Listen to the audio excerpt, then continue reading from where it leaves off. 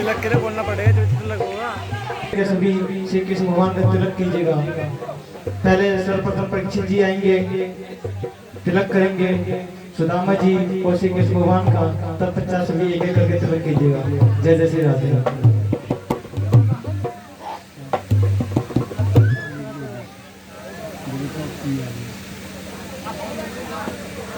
भजन कर दो, भजन करो, भजन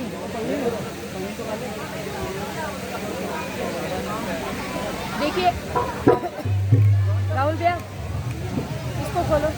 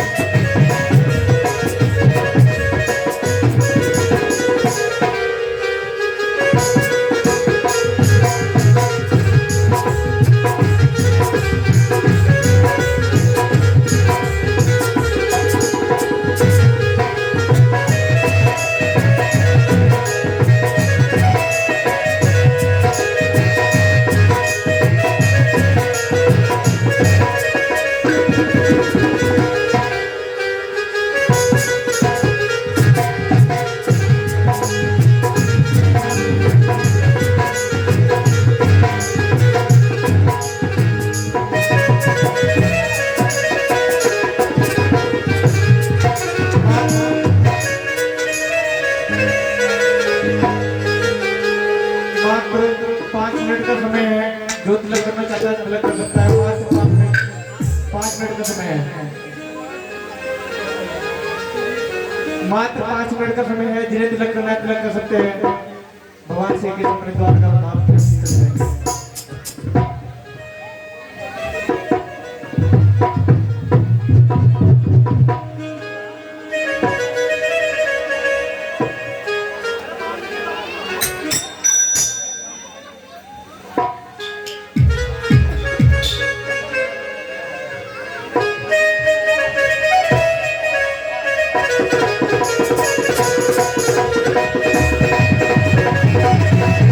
भजन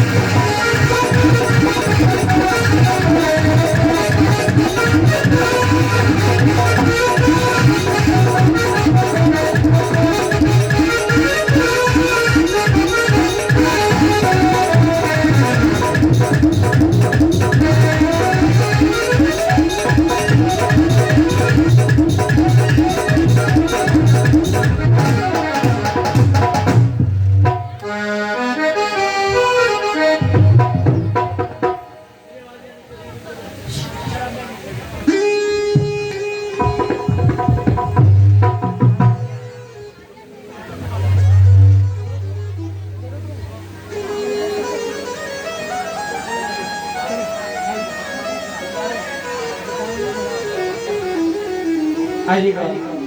भगवान श्री कृष्ण अपने द्वारका धाम जाते हुए, श्री कृष्ण भगवान जाते हुए, ले जाओ क्या, हाँ इसमें डाल दो। भगवान श्री कृष्ण, आज भगवान श्री कृष्ण ने सुदामा जी को सारे लोक की संपत्ति दे दी। 3 मुट्ठी चावल में 3 मुट्ठी चावल खाए और सुदामा जी के घर इतना ऐश्वर्य, इतना वैभव, इतना धन दे दिया। आज प्रातः काल सुदामा जी को जाने के लिए, सुदामा जी ने जाने के लिए आज्ञा मांगी। भगवान श्री कृष्ण ने सुदामा जी को आज्ञा दी। आज सुदामा जी भगवान श्री कृष्ण के दर्शन करके अपने सुदामा नगरी पहुंचे, जहां भगवान का इतना ऐश्वर्य, वैभव, धन देखकर सुदामा जी सब कुछ त्यागने को तैयार हो गए। तब भगवान ने आदेश दिया कि सुदामा तुम्हें ये ऐश्वर्य, वैभव, धन, संपत्ति भोगना पड़ेगा। आज भगवान ने सुशीला की सारी मनोकामना पूर्ण कर दी, सारी इच्छा को पूर्ण कर दिया। हमारे कन्हैया संत के बड़े, हमारे कन्हैया संत के बड़े प्रिय हैं। बच्चों, ओ बच्चों चुप नहीं हो रहे। आज ही चिल्लम चिल्ली करनी है, कल से तो कोई नहीं करनी, इसीलिए करने दो, क्योंकि कथा हम कोई श्रवण कर नहीं रहे। इतनी सुंदर झांकी देख ली, उसके बाद आनंद किसको आना है? किसी का मन कथा में नहीं लगना है, ये तो बात पक्की है। पर जो कुछ गिने चुने बैठकर यहाँ कथा सुन रहे, उन्हें तो सुनने दो। कल ये टेंट ऐसा का ऐसा लगा रहेगा, कल टेंट में आके अपनी सभा अलग से बिठा के अलग से बात कर लेना, तुम्हें रोकेगा नहीं कोई। हाँ, इनका कल का दिन है कि कल से आकर ये स्पेशली जो इनकी बात इतनी महत्वपूर्ण हो रही है, जो बंद नहीं होती है, उसको कल पूर्ण कर ले। भगवान श्री कृष्ण जो उपदेश पूरी प्रजा को, पूरे संसार को देते हैं कि संतों की सेवा कीजिए। जो संत के चरण हैं वो उनके हृदय में विराजमान हैं। अपने पुत्रों को भी वही उपदेश देते थे और पुत्र नीचे मुख कर मुस्कुराते हुए कहते थे, पिताजी तो केवल एक ही बात करते हैं, संतों संतों की बात करते हैं। अरे क्या है वे संत? आज जहां द्वारिका में सप्त ऋषि मंडल बना हुआ था, बड़ा सुंदर सा स्थान था, वहां पर बड़े बड़े ऋषिजन पधारे थे। वृंदावन से द्वारिका को आए थे। भृगु ऋषि, कण्व ऋषि, अत्रि मुनि, नारद जी महाराज, ऐसे बड़े बड़े संत वहां विराजमान थे। तभी कन्हैया जी के पुत्रों को, प्रद्युम्न जी को, अनिरुद्ध जी को हास्य परिहास सूझा। जो जाम्बती का पुत्र है सांब, उसे पुरानी साड़ी पहनाकर उसके पेट पर एक तकिया बांध दिया और उसका परिहास करने के लिए संतों के सामने लेकर चले गए, संतों के सम्मुख लेकर चले गए और संत से जाकर पूछने लगे, महाराज ये गर्भवती स्त्री है, अरे ये बड़ी दूर से चलकर आई है, आप संतों का सुना, अरे ये जानना चाहती है कि इसके गर्भ से पुत्र या पुत्री का जन्म होगा। सारे संत बड़े सरल स्वभाव के थे, किसी को हास परिहास समझ नहीं आया। संतों ने नेत्र बंद किए और जैसे ही नेत्र बंद करके ध्यान लगाया तो उन्होंने देखा कि ये जो स्त्री है, जो साड़ी ओढ़कर खड़ी है, ये कोई और नहीं कृष्ण के पुत्र हैं। ये सारे पुत्र यहाँ हमारा मजाक उड़ाने आए हैं, मजाक बनाने आए हैं। सोई सारे संत क्रोधित हो गए। सारे संत उन्हें चिल्लाने लगे, अरे पागलों, अरे मूर्खों, तुम्हारे पिता संत के इतने बड़े प्रेमी हैं, संतों का इतना सम्मान करते हैं, इतना आदर करते हैं, और तुम सभी यहाँ संतों का अपराध करने चले आए, उनका अपमान करने चले आए। अरे तुम्हें ये करते शर्म नहीं आई? जाओ, हम तुम्हें श्राप देते हैं, जिसे तुम गर्भवती बनाकर लाए हो, इसके गर्भ से एक ऐसे मूषल का उत्पन्न होगा जो तुम्हारे सारे यदुवंशियों को जलाकर नष्ट कर देगा, सारे यदुवंशी मारे जाओगे।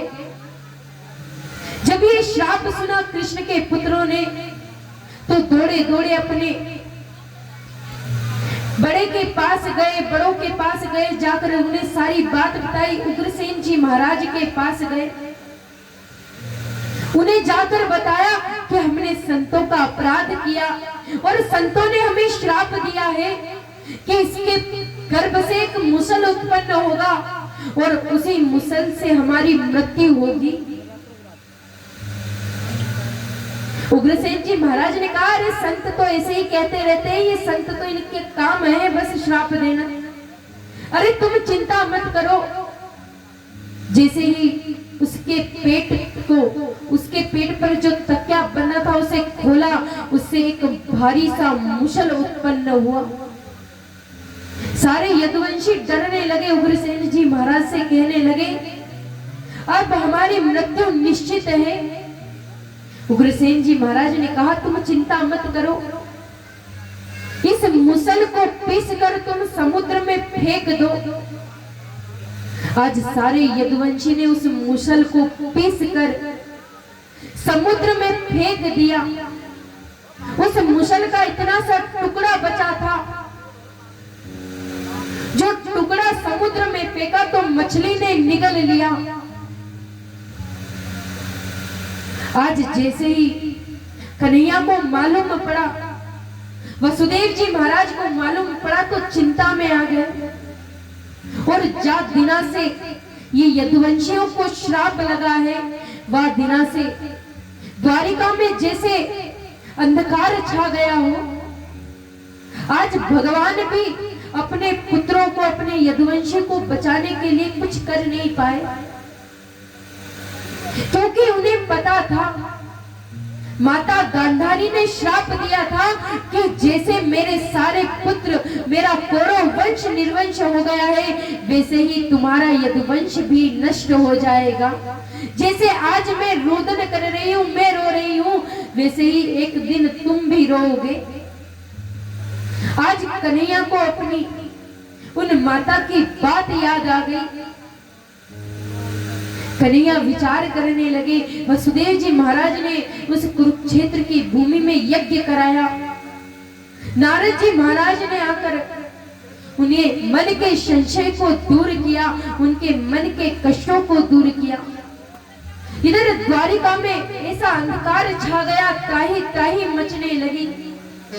जो आपस में बड़े प्रेम से रहते थे, आज वे एक दूसरे के शत्रु बन गए हैं। जहां अगर दो व्यक्ति मिलकर बात कर रहे हैं, बातों बातों में लड़ाई प्रारंभ हो जाती है और वो लड़ाई इस प्रकार होने लगती है कि सब आपस में तलवार उठा लेते हैं।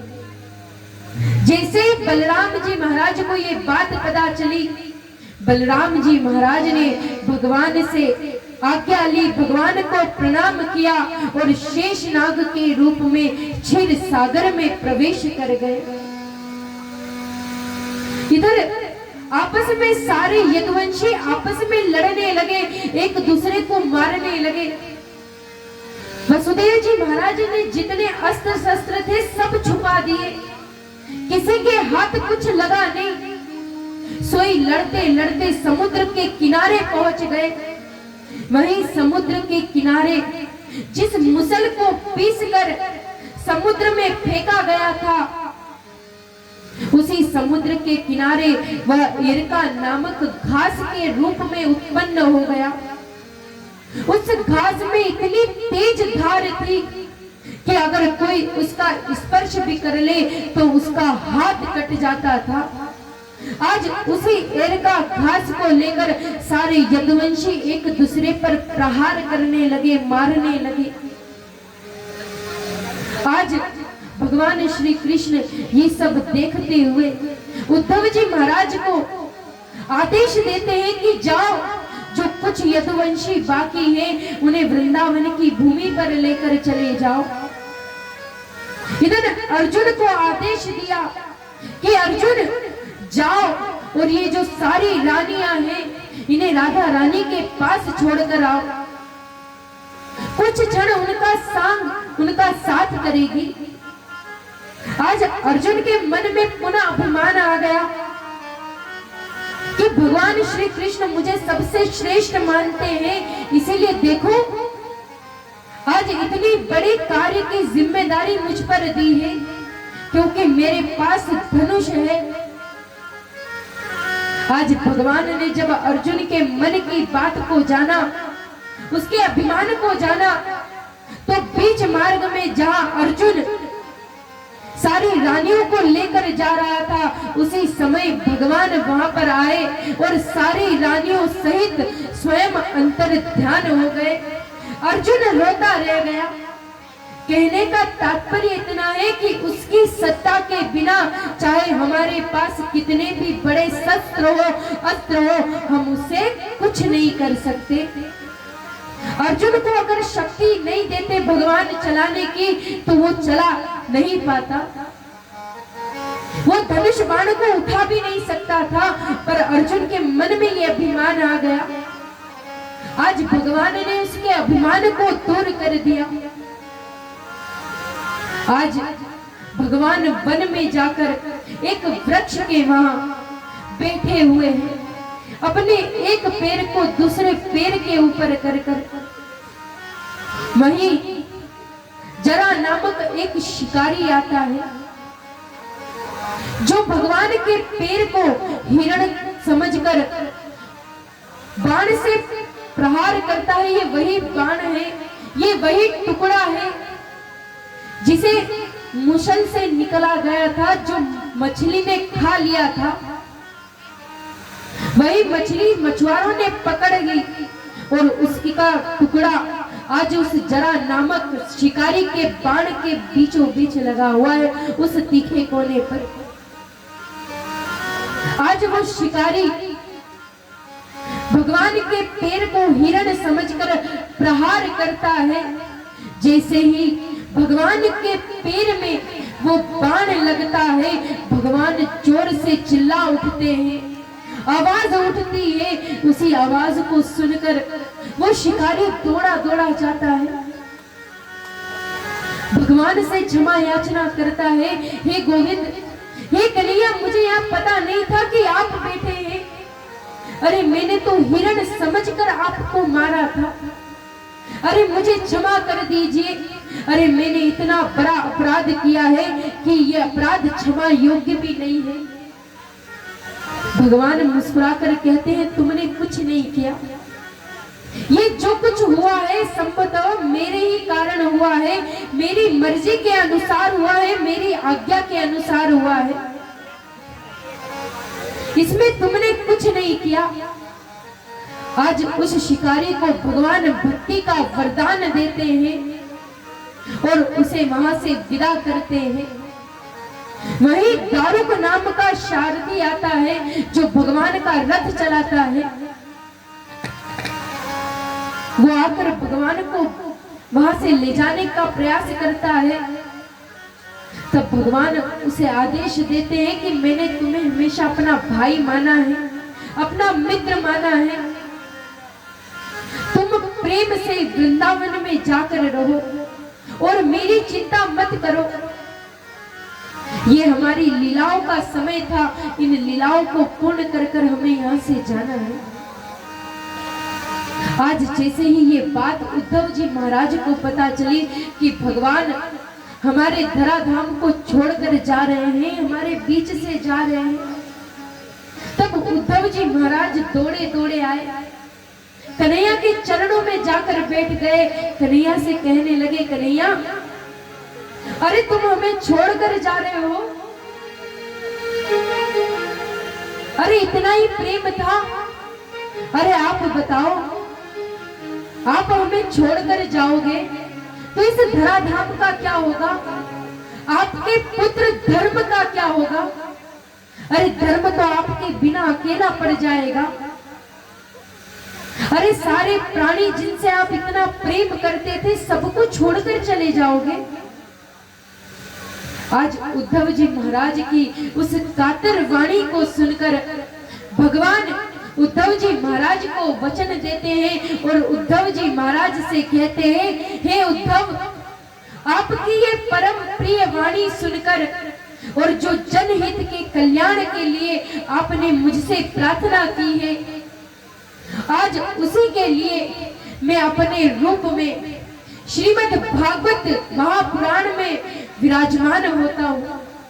आज भगवान के शरीर से एक ज्योति उत्पन्न हुई और वही ज्योति जो व्यास जी महाराज ने श्रीमद् भागवत महापुराण की रचना की है उसमें जाकर सम्मिलित हो गई, उसमें जाकर विराजमान हो गई। यही भगवान श्री कृष्ण का प्रत्यक्ष स्वरूप है। इसीलिए हम बार बार कहते हैं कि अगर इस धराधाम पर कोई भगवान है, कोई परमात्मा है, तो वो श्रीमद् भागवत महापुराण है, जहाँ भगवान का साक्षात रूप, साक्षात्कार हमें देखने को मिलता है, हमें प्राप्त होता है। बोले श्रीमद् भागवत महापुराण की, गंगा महारानी की। आज सुखदेव जी महाराज ने राजा परीक्षित को ये सुंदर सी कथा श्रवण कराई, उन्हें सारी बात बताई कि ये कलयुग है जिसे आपने वरदान दिया है और इस कलयुग में जो भगवान का नाम, जो श्रीमद् भागवत महापुराण का रस स्वाद अमृतमय कथा का रस पान करेगा, भगवान उसकी सारी मनोकामना को पूर्ण करेंगे। और परीक्षित, आज तेरा परम सौभाग्य देख, आज सप्तम दिवस है, आज तूने भगवान की असीम कृपाओं को श्रवण किया है, तूने भगवान की इतनी लीलाओं को श्रवण किया है, तो अब बता, जो तक्षक सर्प है वो तुझे डसेगा या नहीं? तुझे उसके डसने से तेरी मृत्यु होगी या नहीं? जब सुखदेव जी महाराज ने राजा परीक्षित से ये प्रश्न पूछा, तो सुखदेव जी महाराज से परीक्षित कहते हैं, गुरुदेव, जब मेरा जन्म नहीं हुआ तो मेरी मृत्यु कैसे संभव है? अरे जो वो तक्षक सर्प है वो मेरे शरीर को स्पर्श करेगा, मेरे शरीर पर प्रहार करेगा। अरे ये आत्मा तो मुक्त है, ये कोई बंधन का कारण नहीं है। आज सुखदेव जी महाराज मुस्कुराए और कहा, परीक्षित, आज तूने कथा के इस महत्व को, इस रस को जान लिया है। ये परम पावन कथा है, श्रीमद् भागवत कथा। आज सुखदेव जी महाराज वहां से अंतर ध्यान हो गए। इधर जितने संत समुदाय बैठे थे, जितने बड़े बड़े संत बैठे थे, सभी एक एक कर कर जाने लगे। राजा परीक्षित के पुत्र ने तक्षक सर्प को रोकने का इतना प्रयास किया, इतनी सुरक्षा की कि उनके पिता की मृत्यु ना हो, पर कहते हैं काल कहीं से भी आ जाता है, काल का कहा नहीं जाता, जब जिसकी लिखी है उसी समय वो जाता है। अरे इस पल हम कथा श्रवण कर रहे हैं, इस पल हम कथा सुना रहे हैं, और अगले ही पल हमारे साथ क्या हो हमें पता नहीं, पर जो पल, जो क्षण हमें प्राप्त हुए हैं उसे हम गोविंद के चरणों में लगाएं। आज जन्मेजय ने रोकने का इतना प्रयास किया, पर तक्षक सर्प एक फूल की टोपली में बैठकर आया, राजा परीक्षित के सामने आ गया। आज पंचभौतिक प्राणों से राजा परीक्षित उस सुख वन में विराजमान है और अपनी आत्मा से, मन से भगवान के धाम को पहुंच चुके हैं, भगवान के धाम को चले गए हैं। आज तक्षक सर्प ने अपने विशाल मुख को खोला और जैसे ही खोला परीक्षित के शरीर को डस लिया। जैसे ही डसा परीक्षित ने अपने पंचभौतिक शरीर को भी त्याग दिया, वो वहीं जमीन पर गिर गया। अपने पिता की मृत्यु देखकर जन्मेजय को बड़ा क्रोध आया। अरे ये सर्प ने मेरे पिताजी को मारा है। आज जन्मेजय ने सर्प यज्ञ किया जिसमें सारे सर्पों की आहुति दी। तभी आस्तिक मुनि ने आकर उन्हें समझाया, अरे पुत्र, ये संसार है उस हरि की माया है। यहाँ जितना तुम घुसने का प्रयास करोगे, जितना जाने का प्रयास करोगे, उतना डूबते चले जाओगे। इसीलिए तुम जाकर हरि का भजन करो, हरि का कीर्तन करो। आज ये ऐसा परम सौभाग्य हमें प्राप्त हुआ है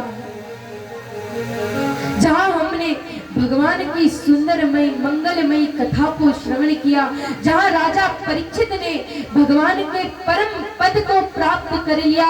इन्हीं 7 दिनों में, जो 7 दिन हम इस संसार में लेकर आए हैं, वही 7 दिन हमारे हैं, वही 7 दिन तुम्हारे हैं। और ये जो 7 है हमारा, ये भी 7 दिन का है। ये श्रीमद् भागवत कथा भी 7 दिवस की है, ये 7 भी 7 दिन का है, और हमारी मृत्यु भी इन्हीं 7 दिनों में होगी। ये भगवान की परम मंगलमय कथा है जिसका विगत श्रवण करते हुए आज हमें 7वां दिवस हो गया है, जहां भगवान की हमने सुंदर सी मनोहर सी झांकी का दर्शन किया। ये प्रेम, ये बंधन जो आप सभी का मुझसे बना है, ये जो प्रेम मैंने आप सभी से प्राप्त किया है, ये जो भाव आपने भगवान की कथाओं में प्रदान किया, आज इस व्यासपीठ से आपके हृदय में विराजमान मैं ठाकुर के चरणों में बारंबार प्रणाम करती हूँ। और मैं ठाकुर जी से, कन्हैया जी से, गोविंद जी से यही प्रार्थना करती हूँ कि जैसे मंगलमय रूप में भगवान हमारे हृदय में विराजमान है, उसी प्रकार हमारे घरों में विराजमान हो और हमारे गांव भगेन में इस सुंदर से आयोजन का, इस सुंदर से सत्कर्म का आयोजन बारंबार होता रहे।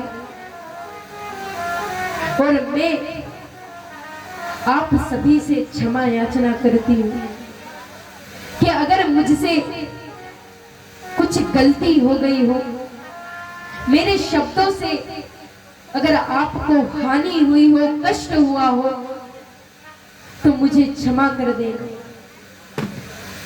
क्योंकि ये प्रेम ऐसा है, ये बंधन ऐसा है, जहां एक बार व्यक्ति बंध जाता है तो फिर छूटता नहीं। और आपके बंधन, आपके प्रेम में देखिए, आज ये दूसरा वर्ष है मेरा जहां मैं आपको भगवान की कथाओं का श्रवण करा रही हूँ। अगले वर्ष मेरा आना हो या ना हो, ये संभव नहीं है कि मैं ही आऊं या मेरे ही द्वारा आप सभी को भगवान की कथाओं का वर्णन, कथाओं की लीलाओं का श्रवण करने को मिले। पर जहां भी हो, भगवान की कथाओं को अवश्य श्रवण करें, भगवान की लीलाओं को अवश्य श्रवण करें। जो हमारे भैया विगत 7 दिनों से यहाँ पर सेवा में लगे हुए हैं, अपने कार्य में लगे हुए हैं, स्वास्थ्य खराब होने के कारण भी, स्वास्थ्य खराब होने के बाद भी वो यहाँ भजनों की सुंदर सी स्तुति, भगवान का कीर्तन करते हैं। एक बार आप जोरदार ताली हमारी इस टीम के लिए भी बजाएं, क्योंकि ये सहयोग का कार्य है। यहाँ बिना सहयोग के कोई कार्य संभव नहीं है। और धन्य है आप सभी ग्रामवासी, आप सभी ने बढ़ चढ़कर इसमें सहयोग किया है, अपना सहयोग प्रदान किया है। हमारी पितृ शक्ति, हमारी मातृ शक्ति, जो रात्रि के 12 बजे तक बैठकर यहाँ भगवान की कथाओं का श्रवण कर रही है, भगवान की लीलाओं का श्रवण कर रही है। आज अपने हृदय से, अपने मन से ये भाव व्यक्त करती हूँ कि जैसे ठाकुर जी की लीला यहाँ श्रवण हो रही है, वैसे ही निरंतर भगवान की कथाएं यहाँ श्रवण होती रहे, ऐसे सत्कर्म, ऐसे सत्कार्य होते रहे। बोले श्री कृष्ण कन्हैया लाल की।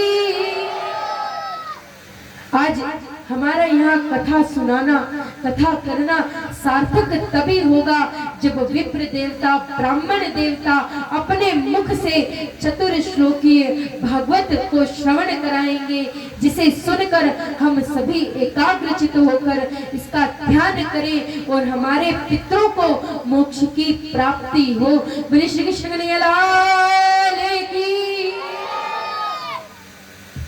आप सभी अपने हाथों को कुछ क्षण के लिए जोड़ लें और अपने नेत्रों को बंद कर लें। और ये जो चतुर श्लोकीय भागवत है, इसी के द्वारा 18,000 श्लोकों का निर्माण हुआ है और उसी के द्वारा ये श्रीमद् भागवत कथा हमारे धरा धाम पर आई है। तो इसे सुनने से श्रीमद् भागवत कथा का संपूर्ण फल हमें प्राप्त हो जाता है। इसीलिए सभी से निवेदन है, जो खड़े हैं वो भी अपने स्थान को बैठ जाएं और 2 क्षण के लिए गोविंद के चरणों में ध्यान लगाएं और भगवान की इस चतुर श्लोकीय भागवत को श्रवण करें। बोले श्रीमद् भागवत महापुराण की। कहा जाता है श्रीमद् भागवत कथा भाष्य भक्ति का से ज्ञान, वास्य वैराग्य का से तरफ। भागवत भगवान के संबंधियों की कथा कोई भागवत कहा जाता है।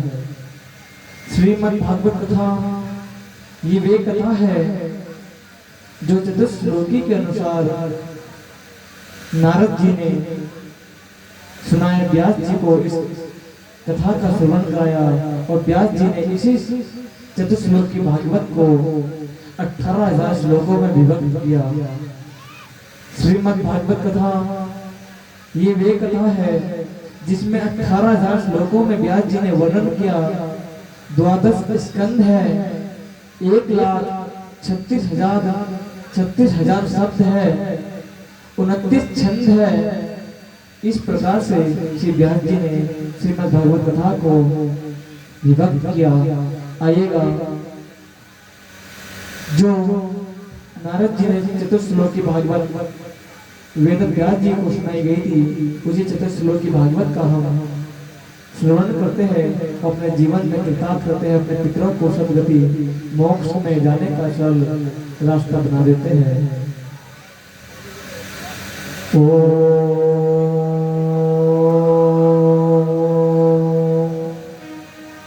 श्री भगवान उवाच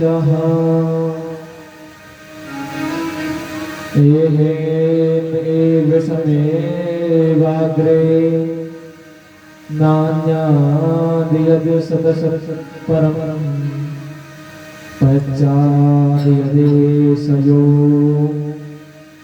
वशिष्यते सुमाम्यः।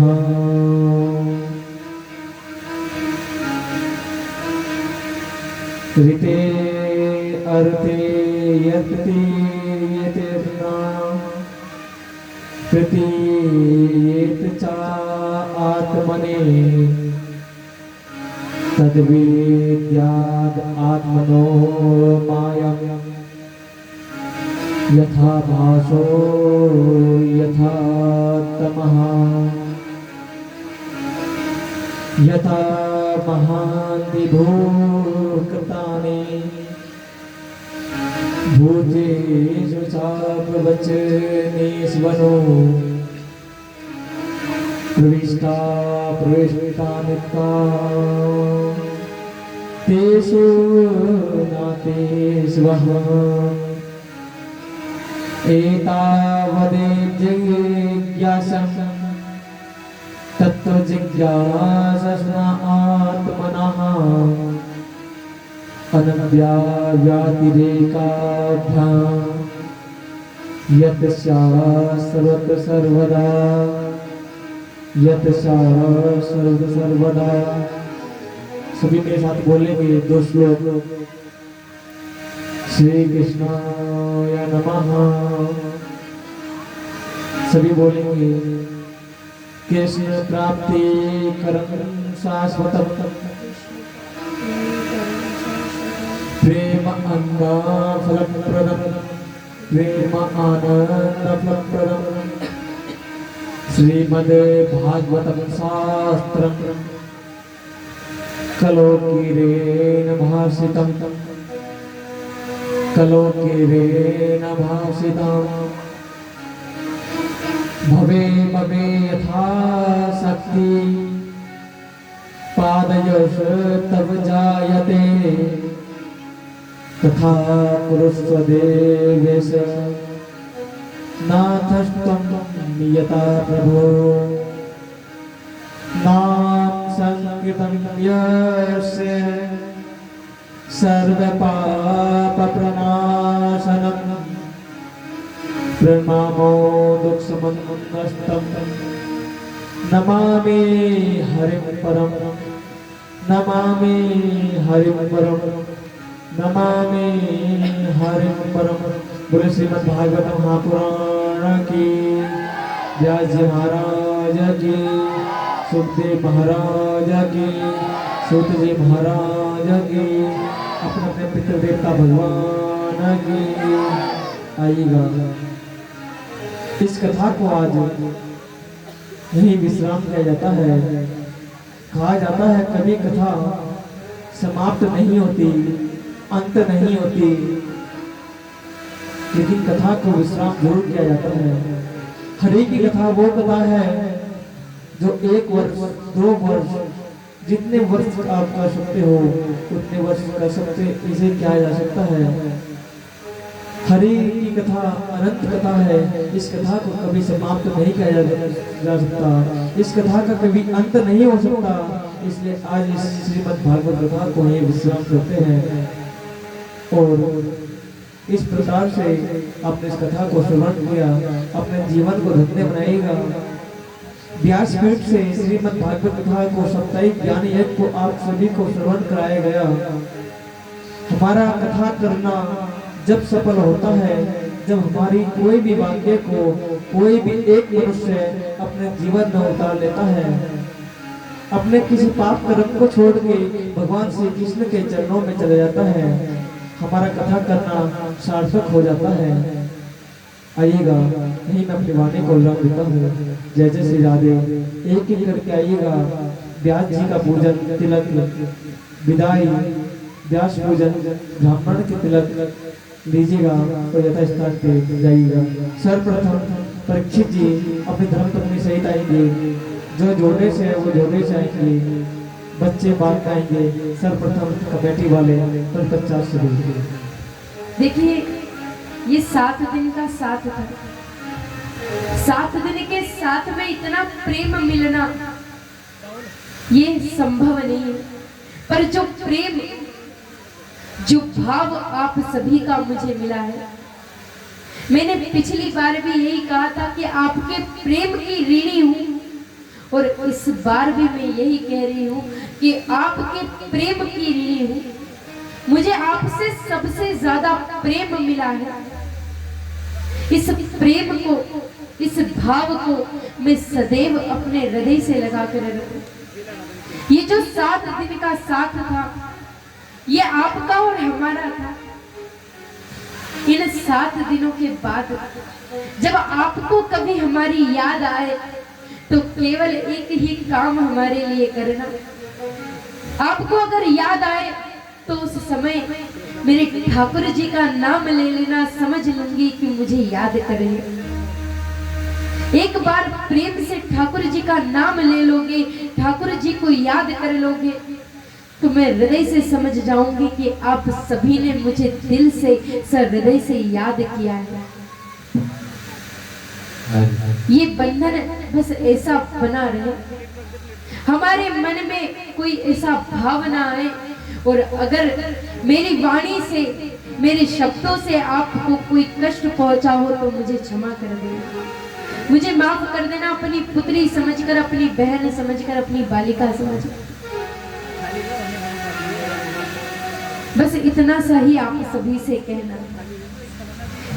मैं 7 दिनों तक कथा श्रवण कराकर कभी हंसाना कभी रुलाना चला और आज हमारी विदाई का समय है।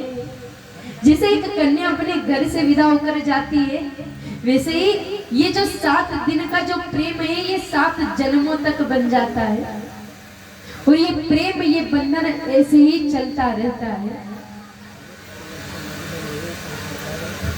ये बंधन, ये प्रेम ना टूटे और कभी आपका और हमारा साथ ना छूटे। बस यही मनोकामना, बस यही प्रार्थना मैं भगवान श्री कृष्ण से करती हूँ, मैं गोविंद से करती हूँ, राधे रानी से करती हूँ कि जैसी कृपा आपके गांव में बरस रही है, बस ऐसी ही कृपा हर दम बरसती रहे। जो हमारे कार्यकर्ता हैं, जो निरंतर सेवा में लगे हुए हैं, हर पल हर क्षण किसी चीज का कष्ट, किसी चीज की कमी हमें ना हो, हमारी सारी सुविधाओं का ध्यान रखा जाता है। जो विगत 7 दिवस से हमारे यहाँ साउंड जो बज रहा है, जिसकी इतनी सुंदर आवाज हम सुन रहे हैं, हमारे राहुल भैया जो विगत 7 दिनों से यहाँ ये सेवा प्रदान कर रहे हैं, अपना सहयोग कर रहे हैं। उज्जैन महाकाल से पधारे हमारे शास्त्री जी, गौरव शास्त्री जी, जो सुबह यज्ञ कराते हैं हमारे पितरों के मोक्ष के लिए, हमारे पितरों को मोक्ष प्रदान हो, उन्हीं का सहयोग करते हैं हमारे शास्त्री शुभम शास्त्री जी। आज हम सभी को ये सुंदर सुअवसर प्राप्त हुआ है। इन्होंने अपने जीवन को धन्य बनाया है, अपने जीवन को सुधारा है और साथ ही साथ प्रयास किया है कि आप सभी का भी जीवन इस कथा के माध्यम से सुधर जाए। इसीलिए सुंदर से भजनों का, सुंदर से कीर्तन का हमारे प्रवीण भैया ने यहाँ पर गान किया है और गोविंद को हमारे लिए प्रसन्न किया है। आज इन सभी को मैं दिल से धन्यवाद करती हूँ और अगर इन्हें मेरी वाणी से या मेरे शब्दों से कुछ कष्ट पहुंचा हो तो मुझे क्षमा कर देना। यहाँ अत्यधिक समय का भाव हो जाता है, जो बजाने पर बैठे हैं, जो संगीत की सेवा कर रहे हैं, उनको थोड़ा कष्ट हो जाता है, समय अधिक हो जाए, उनको भी पीड़ा होती है, हमें भी पीड़ा होती है जब उन्हें पीड़ा होती है। अगर उन्हें कुछ कष्ट हुआ हो तो हमें क्षमा कर देना और आप सभी को कोई कष्ट हुआ तो मुझे क्षमा कर देना। ये 7 दिन का प्रेम था, जो प्रेम आज हमारे बीच में कल कल निनाद करता हुआ बह रहा है और ये गंगा महारानी हमारे हृदय में सदा ऐसी ही अमरता के समान बहती चली जाए, पावन नदी के समान चलती चली जाए।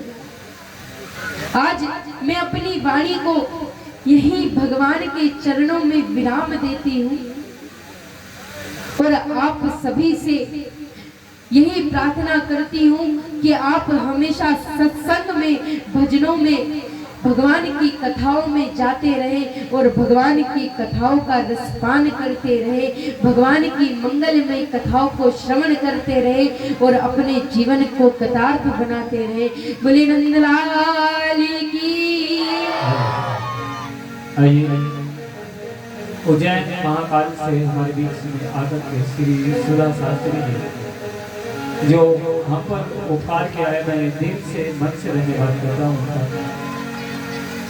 आइए एक बार जोरदार तालियां व्यास जी के लिए और मैं आभार प्रकट करता हूँ कि हमारे इस क्षेत्र में आकर के आपने हमें गिरफ्तार किया अपने मधुरमयी वाणी से, जो आपने श्रीमद् भागवत कथा ज्ञान सप्ताह यज्ञ आज मन कराया, हम दिल से धन्यवाद करते हैं आपका। आइए, आज यह कथा संपूर्ण हुई और आज इस कथा को यहीं पर विश्राम दिया गया। आइए, हमने कथा सुनी, हमारा ये कर्तव्य होता है कि हम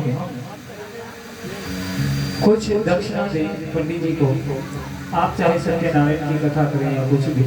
तो आइए, यहाँ पर अक्षत है, चावल है, आप गुरु जी का तिलक करें। पंडित जी जो जैन महाकाल से उनका भी तिलक करें। आइए, ये बड़ी सौभाग्य की बात है। और सुबह शास्त्री जी, आप चाहें तो व्यास जी का तिलक अवश्य करें, पंडित जी का तिलक अवश्य करें। आइए, इस भजन के माध्यम से आपको विदाई दी और आप तिलक करें, एक एक करके आइए। सर्वप्रथम तिलक करने के लिए हमारे बीच में श्री परीक्षित जी और बड़े ही भाव के साथ आज की कथा को विश्राम देते हैं।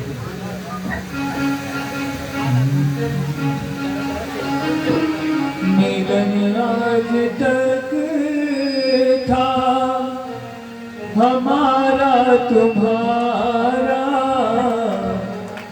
मिलन आज तक था हमारा तुम्हारा, रही जिंदगी तो मिलेंगे तुम्हारा, रही जिंदगी तो मिलेंगे दोबारा। मिलन आज तक था हमारा तुम्हारा, मिलन आज तक था हमारा तुम्हारा, रही जिंदगी तो मिलेंगे दोबारा, रही जिंदगी तो मिलेंगे दोबारा।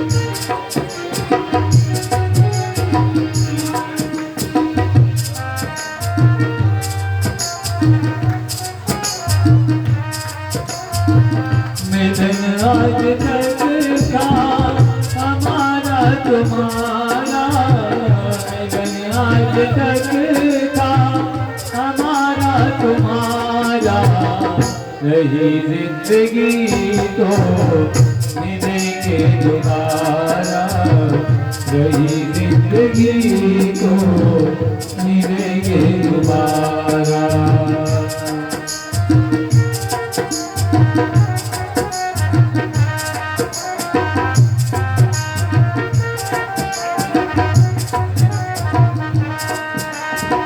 रमता ज्योति महका पानी, रमता ज्योति महका पानी, अपनी तो है यही कहानी, अपनी तो है यही कहानी, यही आपके है कहना हमारा, यही आपसे है कहना हमारा। मिलन आज तक था हमारा तुम्हारा, मिलन 7 दिन का हमारा तुम्हारा, यही जिंदगी तो मिलेंगे दोबारा, जिंदगी को मिलेंगे दोबारा।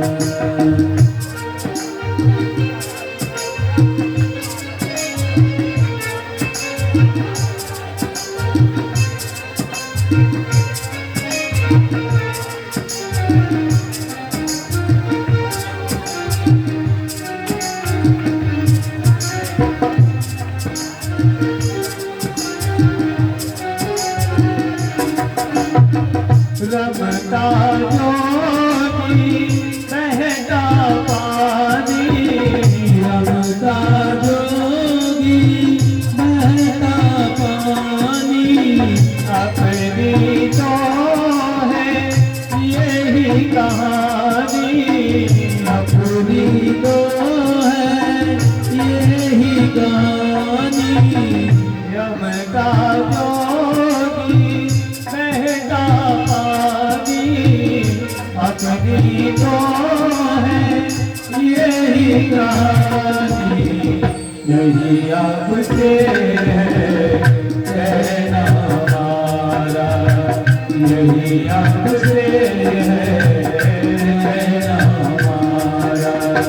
जीवन साथ जीने का हमारा तुम्हारा, मिलन साथ जीने हमारा तुम्हारा। यही जिंदगी को मिलेंगे दोबारा, यही जिंदगी को मिलेंगे दोबारा।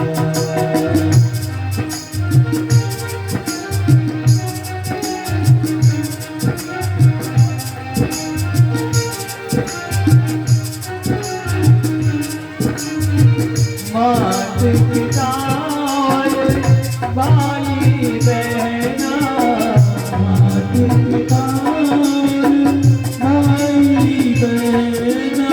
आप सब गाँव में हमारे मामा जी मल्लू भैया, नकुल भैया और संपूर्ण जो एक श्रीमद् भागवत कथा की कमेटी में सम्मिलित हैं, मैं उनका दिल से धन्यवाद करता हूँ। बड़ा ही स्नेह और बड़ा ही आप सबने ये सहयोग दिया, मैं आपका ये आभार प्रकट करता हूँ दिल से और मन से। सब जितने भी कमेटी के सदस्य हैं, मैं उनका दिल से धन्यवाद करता हूँ। मात पिता भाई बहना, मात पिता भाई बहना। सत्संग में तुम आते रहना, सत्संग में तुम आते रहना। यही आपसे है कहना हमारा, यही आपसे है कहना हमारा। मिलन आज तक था हमारा तुम्हारा, मिलन आज तक था हमारा तुम्हारा। यही जिंदगी तो मिलेंगे दोबारा, यही जिंदगी तो मिलेंगे दोबारा।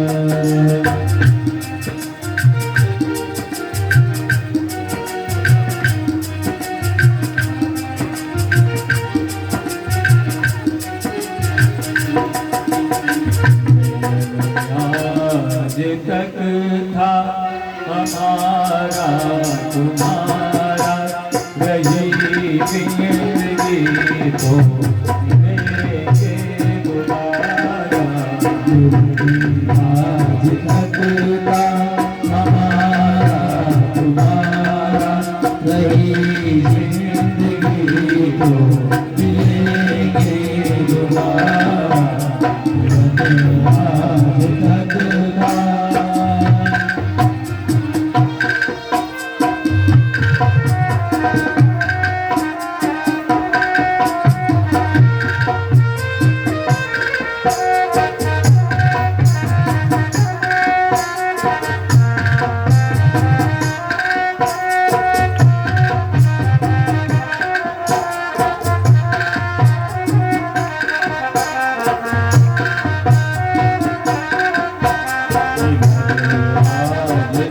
था हमारा तुम्हारा रही जिंदगी तो मिलेंगे दोबारा आज तक था हमारा तुम्हारा रही जिंदगी तो मिलेंगे दोबारा।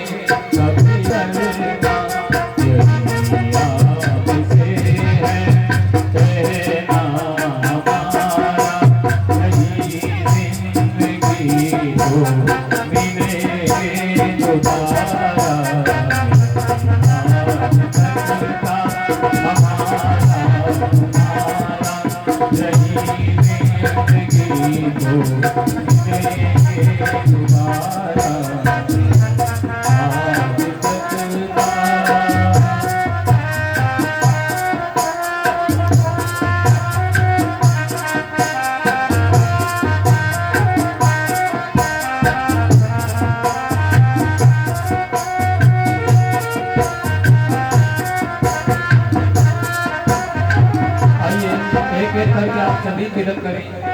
तिलक में आज तक था हमारा तुम्हारा, यही जिंदगी को मिलेंगे दोबारा। आज तक था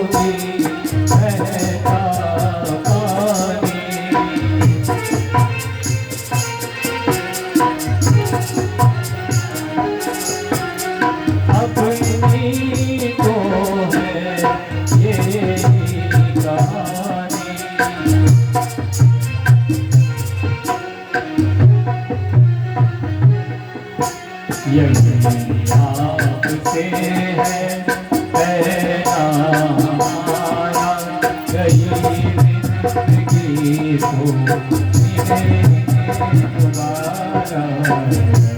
आज तक का हमारा तुम्हारा, गई जिंदगी को मिलेंगे दोबारा। आज तक का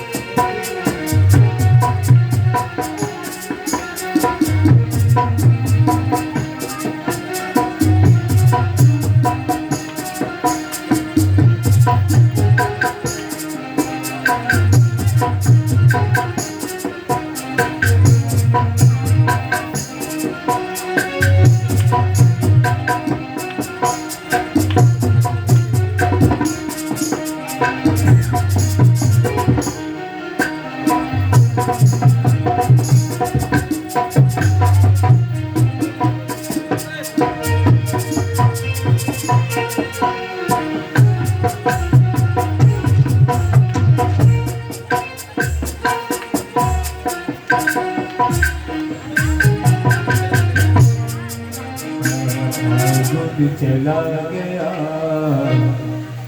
तू हमको रुला गया, खुद चला गया तो रुला गया, मुझसे किया चलती चला गया, चलते चला गया, चलते चला गया। जो चावलों के शासन आ चुके हैं वो आ जाए, आगे आ जाए और चावला प्रसाद लेके जाए, और जिन्होंने ले लिया अपने स्थान में बैठ जाए।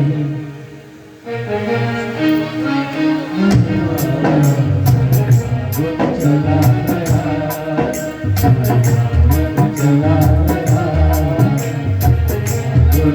गया,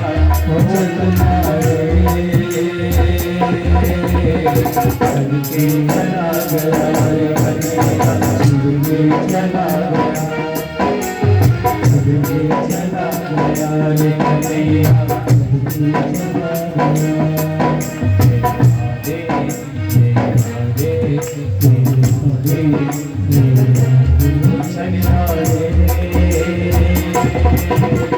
हमको रुला गया रे कन्हैया, हमको रुला गया, हमको रुला गया रे कन्हैया, हमको रुला गया।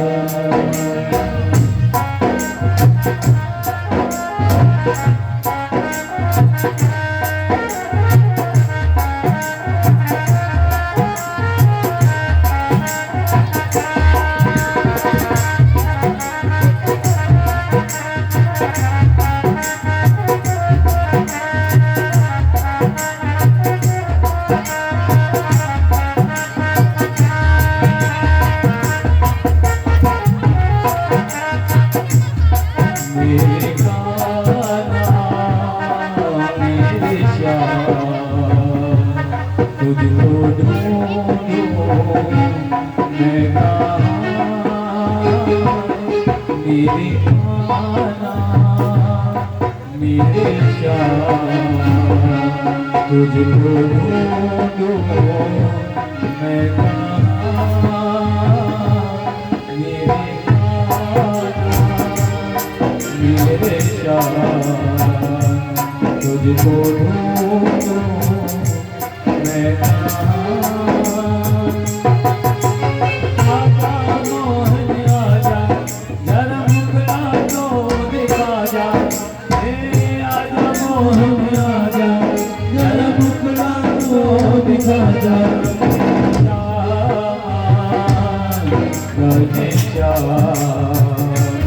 तुझको ढूंढूं मैं कहाँ, मेरे श्यामा। श्री राधे। आपको जो व्यासपीठ से प्रसाद दिया गया है, जो आपको व्यासपीठ से चावल दिए गए हैं, इन चावलों को शरद पूर्णिमा में खीर बना के रात्रिकालीन इसे अपने घर पे रखिएगा, छत पे रख दीजिएगा और प्रातःकालीन उस खीर को खा लीजिएगा। वो खीर अमृत के समान हो जाएगी। इन चावलों को शरद पूर्णिमा पे खीर बना के रात्रिकालीन अपने छत पर रख दीजिएगा और अगले दिन प्रातःकालीन उस खीर को खा लीजिएगा। वो खीर अमृत के तुल्य हो जाएगी। और श्री माता बहनों को बता देना चाहता हूँ, सूचित करना चाहता हूँ, कल प्रातःकाल 7 बजे यज्ञ प्रारंभ हो जाएगा। प्रातःकाल 7 बजे यज्ञ प्रारंभ हो जाएगा। आपके ग्राम के 10 कुंडीय महायज्ञ होने जा रहा है। घर से जो भी इस यज्ञ में सम्मिलित होना चाहता है, घर से सामग्री, देसी घी, एक गोला सभी लाइएगा। और जिसपे नहीं है वो भी आ जाइएगा। ये नहीं है जिसपे घी नहीं है तो वो नहीं आएंगे, सामग्री नहीं है तो वो नहीं आएंगे। लेकिन कहा जाता है अगर हमारे हाथ से कोई सामग्री आहुति प्रदान हो जाती है तो हमारे पितृ देवता हमारे देवताओं को रखती है। इसलिए सभी माता बहने सुबह प्रातःकाल 7 बजे यज्ञ प्रारंभ हो जाएगा। 7 बजे से लेके 9 बजे तक यज्ञ चलेगा। 7 बजे सभी घर के कार्य को विराम देते हुए पंडाल में आ जाएंगे और घर से सामग्री, देसी घी और एक गोला सभी लाइएगा। कलश वाली माता बहने जिन्होंने कलश और शीश पे धारण किया है उनका आना अनिवार्य है। जिन माता बहनों ने कलश को शीश पे धारण किया था उन माताओं को सुबह यज्ञ में आना अनिवार्य है। इसलिए प्रातःकाल सुबह घर के कार्य को विराम देते हुए मेहमाना के दरबार में आइएगा। यज्ञ में अपने हाथों की आहुति, अपने हाथों के द्वारा आहुति प्रदान करके अपने पितरों को कृतार्थ कीजिएगा। सदगति वैकुंठ धाम में जाने का रास्ता उनका सुलभ कीजिएगा। जय जय श्री राधे। जगदीश हरे तुम करुणा के सागर तुम काजल करता स्वामी तुम काजल करता मोर कनकारी सुरंग तुम साबित करो बलना जगदीश हरे सबके नाम कभी सबके नाम कभी मिलो गया सब मिलो गया तुमको जगदीश हरे दीन बंधु दुख हरता तुम्हारा सकते स्वामी तुम्हारा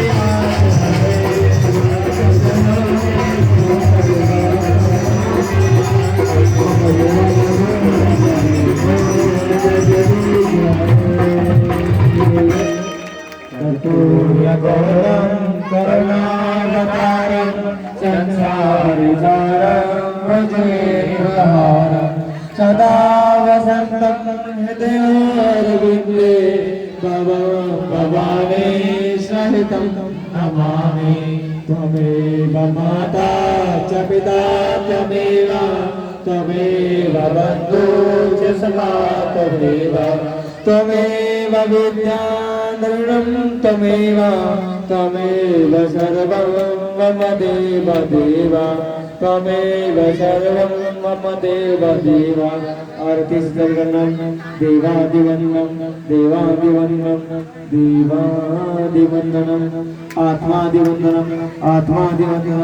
आत्मादिवन्दनं। देखिएगा, जीवन में कभी भी आप अगर आरती करते हो, जब तक आरती संपूर्ण नहीं हो जाती, बीच में आरती कभी किसी को लेनी नहीं चाहिए।